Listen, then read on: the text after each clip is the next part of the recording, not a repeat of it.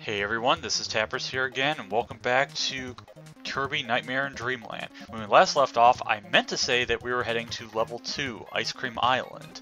And that's exactly where we're going because it's a resort and it's made of ice cream, except it kind of not really is. Speaking of ice, I am not taking the freeze power because I just kind of want to explore this world, this tropical island with parasols, beach towels, and all sorts of fun in the sand. As we do get the parasol ability once again, which technically we've already seen it in Kirby's Dreamland 2, so it's probably the other way around. And I have to say, as much as I like the parasol in Kirby's Dreamland 2, I'm not exactly a fan of this version, mostly because it is really awkward to handle because the minute you start to fall, you immediately start weaving around, and honestly, it just becomes really tough to handle. But I mean, if you can get in a stretch where you're not in too much trouble, like almost hitting that bomb, yes, it's called or bomber, I think it is. It's a warhead with feet. That's pretty much it. But I don't really want that power up. Let's get the tornado, which is a really unique power, which has seen uses in some games later in the series. Well, I think it's only in like one or two other games other than Adventure / Nightmare in Dreamland. The way it works is you have to hold down the attack button and you'll continue to go higher and higher as you either weave back and forth and all that. And that's kind of how it works. But if you let go, you start to descend. Anyway, this is Kirby's Air Ride. No, this is not quite Air Ride for the GameCube, but and I have no experience with that, but basically we go Sonic Adventure 2 and start grinding on rails. It's the final chase, it's the final grind, it's final descent. I don't even know what to call it. But yeah, we're getting close to the end, and I choked it away right at the end of it. It's like, not only can I not do Bomb Rally, but I can't even do this properly. And I mean, I practiced a lot, and then that happened. I should also mention coming up. Oh, and actually, interesting thing to note is that each of these levels have their own unique theme that you hear in almost every single one. Also, there's the needle power up again, which I still didn't grab, as we hit the warp star and travel to the moon in the ocean and maybe find Moby Dick or Fatty Whale. Oh, I'm sorry, I'm not supposed to mention his name. He's not here yet. But each of the levels has its own unique theme. Like Vegetable Garden had almost a Green feel, but not the Green kind of music. Although there was a forest theme that was just kind of its own unique piece, which is kind of weird when you get into the later levels. Also, this is Grand Wheelie, or as I like to call it, Mama Wheelie. No, not really. But this is the wheel power-up, which is pretty cool and has seen a lot of uses throughout the series. So it's not one of those obscure one-and-dones that you'll see with certain other power-ups we'll see in this game. Hint, hint. But anyway, this theme here is technically not part of Ice Cream Island. The previous part was actually the unique piece, or I mean, its own thing. Actually, in I think it was 1-2 used the Ice Cream Island music, which is kind of odd. And the one we just heard there in 2-2, that one was, I think, from Yogurt Yard? Or no. Yeah, Yogurt Yard. That's what it was. I was going to say Grape Garden, but that's not it. Also, I don't know if I mentioned it, but with most subsequent playthroughs of the mini-games, I'm probably going to be doing an edit, because there's kind of no point in kind of explaining that unless there's like something of interest. Also, can't hit that block with a parasol. You can't just explode it by poking it with the very tiptoe. And inside here is not only a max mushroom, but the ever-elusive UFO power-up. This thing is incredibly rare. Wow, I'm so lucky I copied a UFO. And it has 4 different moves, which all depend on how you hit the attack button. If you hit it if you just hit it, it'll do this beam, which you would think makes beam obsolete or whatever, but after that is, as soon as we stop getting stuck on the corner, if you push it more, it'll shoot a laser, which is also funny considering that there's a power-up we still haven't seen as far as that. If you charge it up a little bit, it shoots a slightly bigger charge shot, and if you hold it a lot longer, it'll shoot an even more powerful charge shot, which can break through a ton of blocks, and that's pretty cool. So you might be thinking, wow, this ability just breaks the whole game. Well, not quite, as you will see in a little bit, as we eventually get through here. And behind this door, who's that masked man?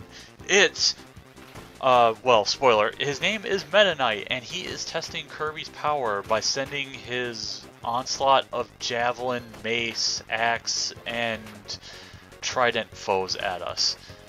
Yeah, each one of them is actually weapon and then knight and then whatever. And we wait 10 years and actually he popped up there. Also, the beam doesn't do a whole lot of damage, and kind of being careful. But yeah, these guys are totally out of Fire Emblem because they have the weapon triangle, except none of them have a sword. Well, actually, Meta Knight has a sword, so he pretty much beats all. But wait, isn't a sword weak against the lance? No, he's got a Lance Reaver, so he automatically wins. But yeah, that was the UFO power-up. What's that? I don't have the UFO power-up?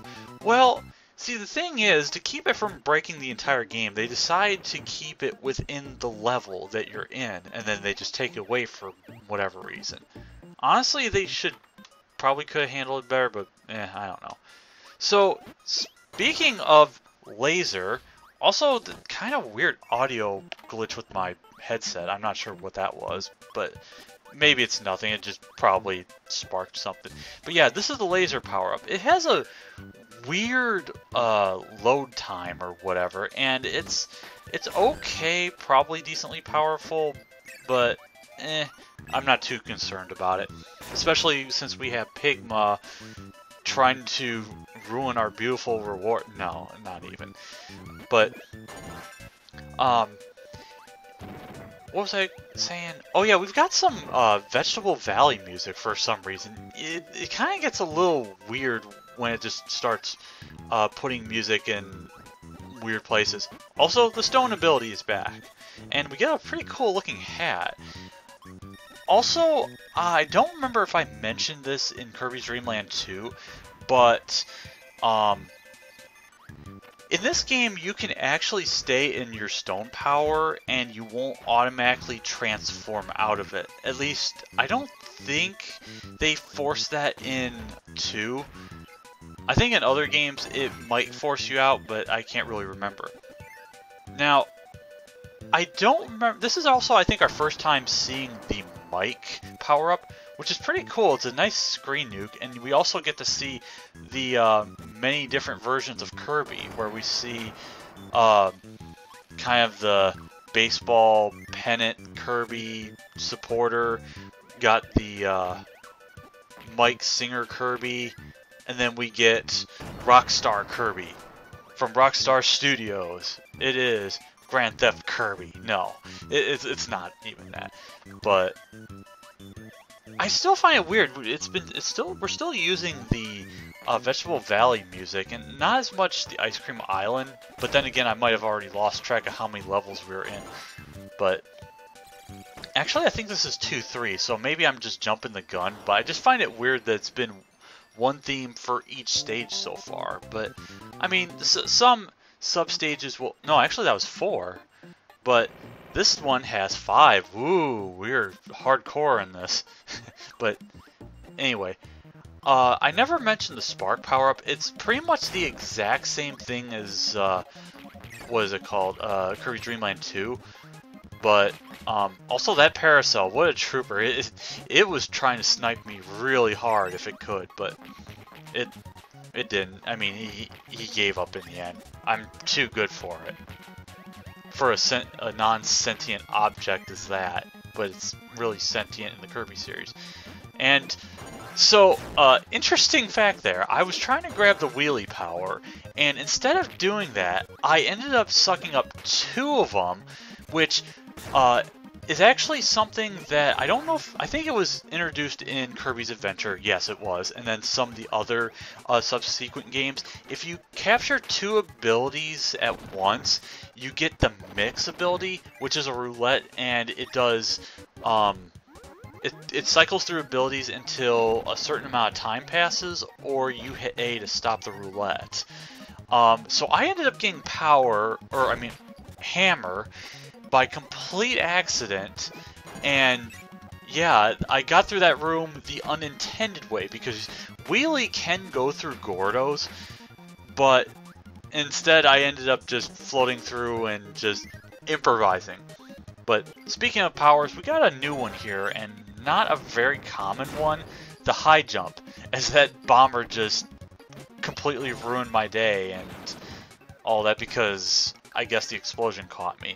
But high jump is exactly what you see. It just, you high jump and you go through the blocks. You also get kind of a Viking sort of Golden Axe sort of vibe in a way. I don't even know if that's the right words for it, but yeah, it's really cool though.